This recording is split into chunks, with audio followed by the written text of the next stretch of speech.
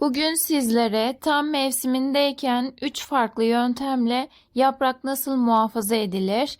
Bunun tarifini hazırladık. Salamura yaprak, kuru basım ve buzlukta yaprak saklama yöntemi. Biz bu yöntemleri yıllardır yapıyoruz. Turşu koruyucu nereden aldığımızı sormuşsunuz.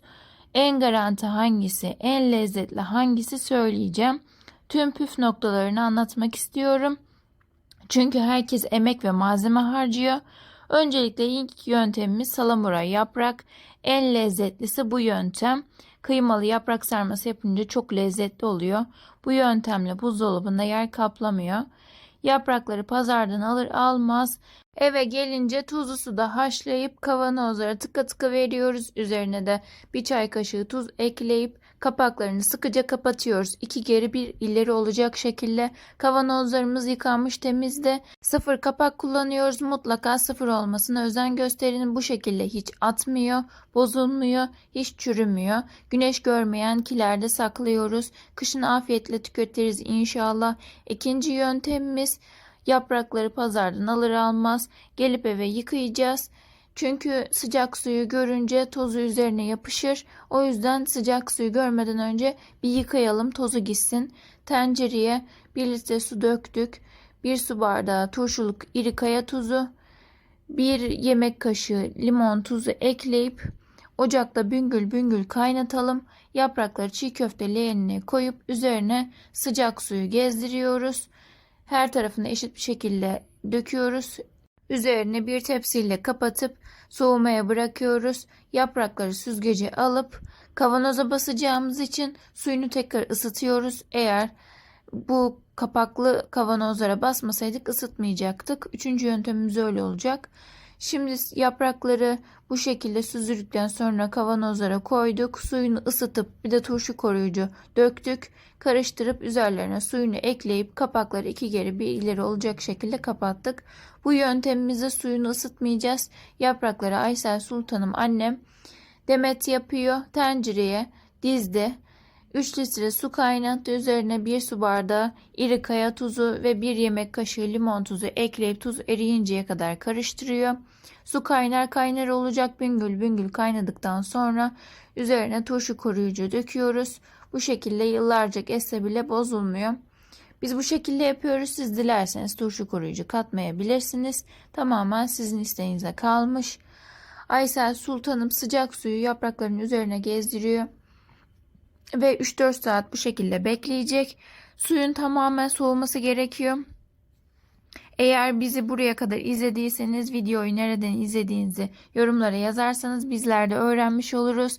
Beğenen elleriniz para görüvesin inşallah. Sizlere selamlar gönderiyoruz. Aysel Sultanım bugün biraz daha iyi çok şükür.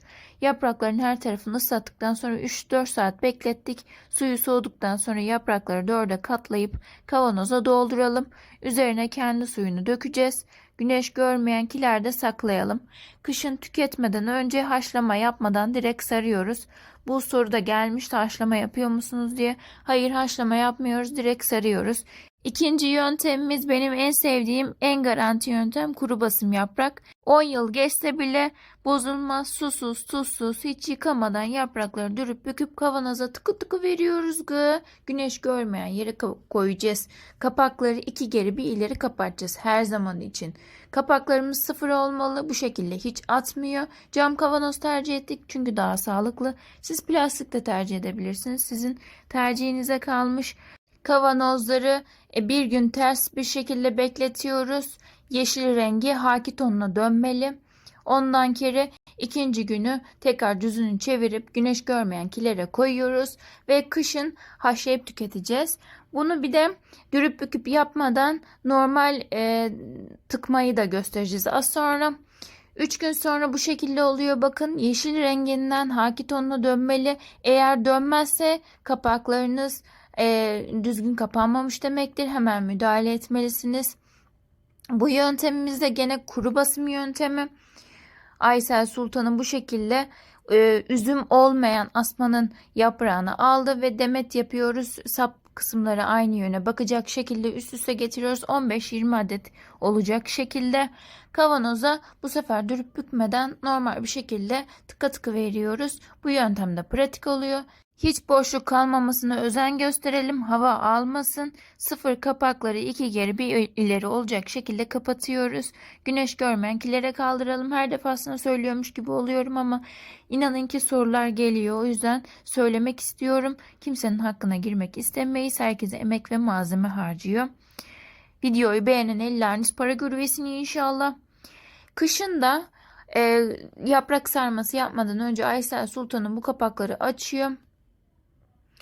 Sıcak suya yağ ekleyip yaprakları haşlayıp öyle sarıyoruz. Sap kısımlarını da kesip tencerenin dibine koyuyoruz. Eğer kötü yaprak olsa bile atmıyoruz. Gene de demet yapıp bu şekilde tıkıyoruz ama yaprak sarmasını kullanmıyoruz. Tencerenin dibine koyuyoruz kötü olanları. İyi olanları tabii de haşlayıp yaprak sarması yapıyoruz. Neden suya yağ koyduğumuz soruluyor, haşlama suyuna. Buradan tekrar söylemiş olayım. Yapraklar eğer yağlı suda haşlanırsa kolay açılıyor, yırtılmıyor. Bu yöntemlerimiz gerçekten altın değerinde. Aysel Sultanım bu şekilde çok güzel hazırlıyor. Bizlere afiyet, sizlere fikir olsun inşallah. Tıka tıka veriyoruz. 1 litrelik kavanoza yaptık, bir de yarım litrelik kavanoza yaptık. 1 litrelik kavanozu kalabalık olduğumuzda kullanıyoruz. Çok yaprak sarması yapacağımızda yarım litreliği daha az yapacağımızda kullanıyoruz. Gerçekten bu yöntemle asla bozulmuyor. En garanti yöntemdir kuru basım yaprak saklama tekniği. Ben çok seviyorum, hem de buzdolabına yer kaplamıyor. Kilere koyuyoruz güneş görmeyen yere. İstediğimizde kullanıyoruz. Normalde yaprağı haşlayıp buzdolabına assak bu şekilde taze kalmaz ama bunu 3 yıl sonra bile assak aynı tazeliğinde kalıyor. İnanın, yapraklarınız eğer kapağa yakın yerdeki yapraklar yeşil kalıyorsa o bozuluyor demektir. Hemen müdahale edin. Bozulmadan kullanın derim. Aysel Sultanım bu şekilde 2 geri bir ileri sıkıca kapattı. Bakın kapaklar biraz şişmiş olacak. O demektir ki kapaklar tutmuş, yani iyice vakumlanmış, yani o artık bozulmadan, çürümeden durur demek. Bu şekilde de bunu da göstermek istedim. Bu bir gün geçtikten sonraki haliydi. 3 gün geçtikten sonra iyice haki tonuna dönüyor. Üçüncü yöntemimize geldik. Buzlukta yaprak saklama yöntemi. Strece sarıp buzluğa atacağız. Bu yöntem de pratik oluyor ama diğer yöntemler kadar değil. Çünkü gene buzlukta yer kapladığı için sıkıntı çıkarabiliyor ama diğer yöntemler daha garanti ve lezzetli oluyor. Yine de bu yöntemi de göstermek istedik. Bu şekilde de denedik. Streci masa veya tezgahın üzerine serip yaprakları demet yapıp strecin üzerine koyuyoruz. Saplarını koparmadan yaptık. Yanlarını kapatarak kapatıp buzluğa atıyoruz. Kışın haşlıyoruz. Beğenen ellerini